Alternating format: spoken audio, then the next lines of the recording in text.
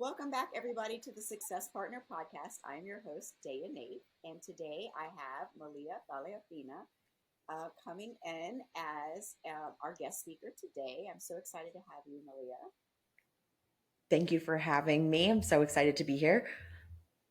Yeah, wonderful. So we're just gonna jump right in because our audience likes a good strong snippet conversation, and they'll find out more about how to get in touch with you to follow up at the end.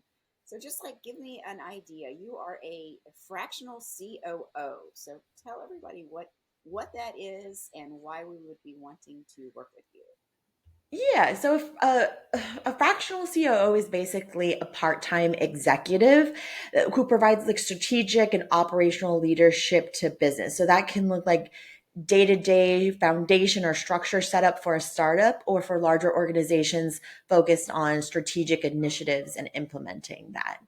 And why me? Because I'm so funny. Um, I think it's interesting because I COOs are just like I feel like sometimes the right hand person of the CEO.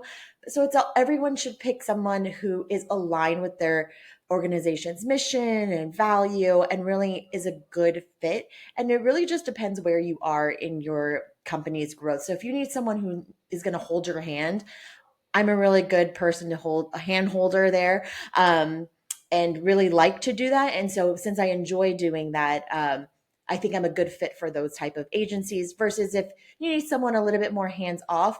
That's something like I don't prefer to do. I like to see the impact of change. So I like to work with smaller organizations. Wonderful. Well, what got you into this? Wow, I started my career in nonprofit and I did direct care services. So I worked in group homes and worked directly with individuals. And I was too sensitive, I think. And I quickly found my talent in administration and really helping kind of shape like the environment for the employees. And I was like amazed at how talented they were. And so I started to do more and more of that and it just ended up getting my master's in public administration and it just really fit well and it came so naturally. I feel like it was such an organic path for me because I was like too sensitive for direct care, but oh, I can really structure some stuff. So that's how I transitioned over. I love it. That's great. You followed your passion and found your unique skill set. So wonderful. And so you were tell me a little bit more about the name of your company and what that means to you. Yeah. So the company is Social Reverie Consulting, and reverie means to daydream. And so I like to think of us as all kind of not asleep, not awake, just kind of daydreaming for something better, right? And so together we can create something better. And since I have a very collaborative approach, that's what I wanted to really bring into the name of my business.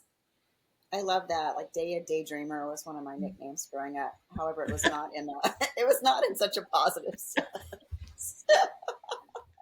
They didn't know it was a positive. I didn't know it was a positive back then. Yes, never quit dreaming. Never quit dreaming. So wonderful. What about teams and change management and this kind of stuff? What do you do when you dig into that? Yeah, change management is a huge part of operations because you're constantly changing or implementing something to make the organization or the product better. And I am a firm believer of bottom up change because it is the folks doing the work or delivering the service that have a lot of input and should have a say.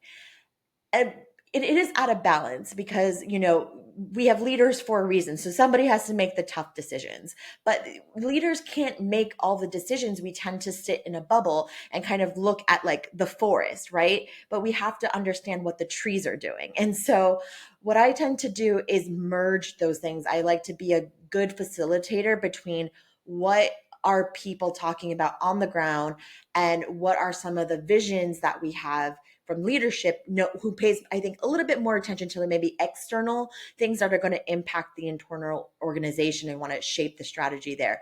So I think that's a lot of like being transparent with the team saying, this is what we're thinking. This is what we want to do. What are your thoughts on that? What did we miss? And then getting a lot of feedback loops. No matter what, there is a way for somebody to give their feedback, and it's a loop. So if someone gives you a question or a comment, you got to reply to that. Otherwise, they're not going to feel heard. And then the participation is going to stop. And then any change is really going to halt. If your team cannot see themselves in the change, then it's not going to be accepted and it sure won't be adopted. Yeah, that, I mean, that makes a lot of sense. I think some organizations, they pay some lip service, they send out some surveys, and then it goes in a Yeah. drawer somewhere. But really having that, it's an asset because you're looking at things from different levels and different degrees, and just like if you were doing like an escape room with some friends, it's like your Yeah. talent may be full speed ahead, but their talents are like over, turning over each little object to see if there's a clue. So having that team effort. That's exactly right. And I had never met an escape room I didn't escape from. So because I leading the team. That's awesome. Yeah, I have to have somebody who help with the math if there's a math equation, but I'm one of the ones who like Yes. looks under every object or like, hey, I think that's a little bit out of place. Let me see what's going on with Exactly. that. Well, speaking of playing games and having fun, you mentioned that that's when we talked earlier, like that's something that you really enjoy. Oh, I love it. I don't know if it's because I'm a competitive person. I played volleyball throughout high school. And my family is just, I think it's my family, like not only in sports, but we grew up playing cards a lot. I'm Samoan and we have our own versions of a game. So it's really interesting, like staying up to like 3 in the morning, playing cards with our family. So I think that just kind of led to me loving game nights with friends. Um, it's such a good way to like just release stress after a long day and just kind of like you're thinking, but you're also just having like the best time. And I also love playing games in like virtual reality as well. It just really is able to transport you to like almost like a fantasy kind of world. And that's also a lot of fun. Oh, that's awesome. So you're actually, do you play with people you know in virtual reality or do you meet other people that just have the same interest? So yeah, sometimes I have a couple of friends who like me love virtual reality. We've played like miniature golf and this game called Dino, which is like Dungeons and Dragons together. So that it was really cool. But otherwise, I'm just playing by myself and I there's all these interactive spaces in VR. I think I just miss that in my age range, like the whole getting to know people online. I think internet came so late for me that I never got comfortable meeting new people, but it is a goal of mine to one day like feel comfortable approaching strangers in a chat room being like, "Hey." That's so funny. Yeah, I've been on a date in VR. Someone I knew and was talking, this was during early in the pandemic, and people would come up and talk to us, and I was like, I feel like we're like teens at like a club or something like that. Because like people were like, "Hey, are you new here? You want us to show you around?" I'm like, "Oh my god, this is wild." It's so true. And also it's like sometimes I'm like, "How old are you talking to me?" Because they sound so young. They do, and but I could tell from the music. Like we did go to a club, and I could tell from the music that they must have been our age because it was like it was 90s. It was like 90s 2000s alternative music, and I'm like, well, this is our music. So I guess these are either our people or they're very retro. I don't know. Yeah, they have great taste is what they have. They have great taste. Exactly. Exactly.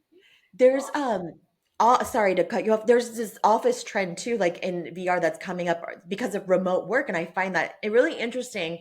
And curious to see how people leverage like virtual reality meeting spaces um, to feel connected and allow people to work remotely as well in the future. I agree. I think that's coming, and I checked out a few of the workspaces to where you could do conference rooms and things like that.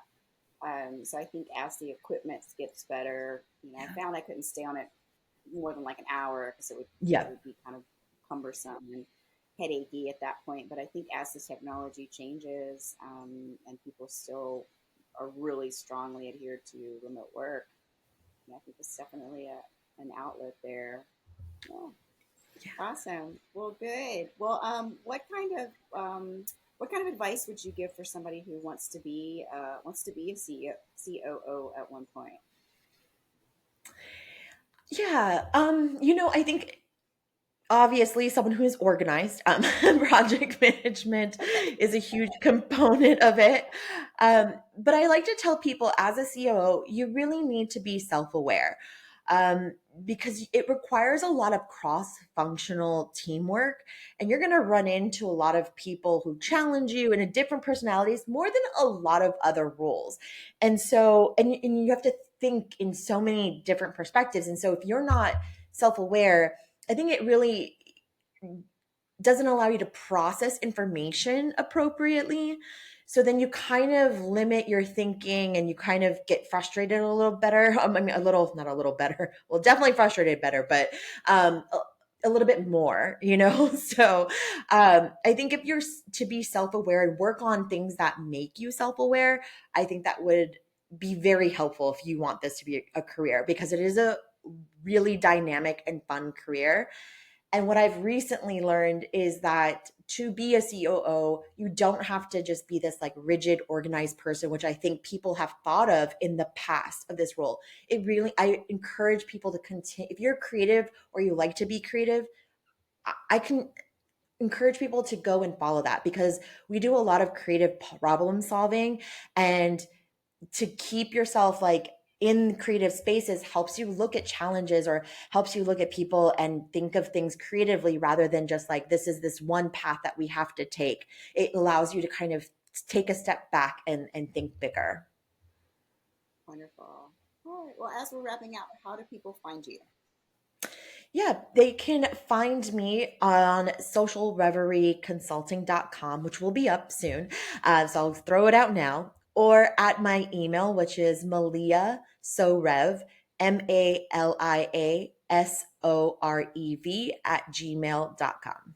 That's awesome. I'm going to have all your social links in the show notes, and so happy that you were able to come on today.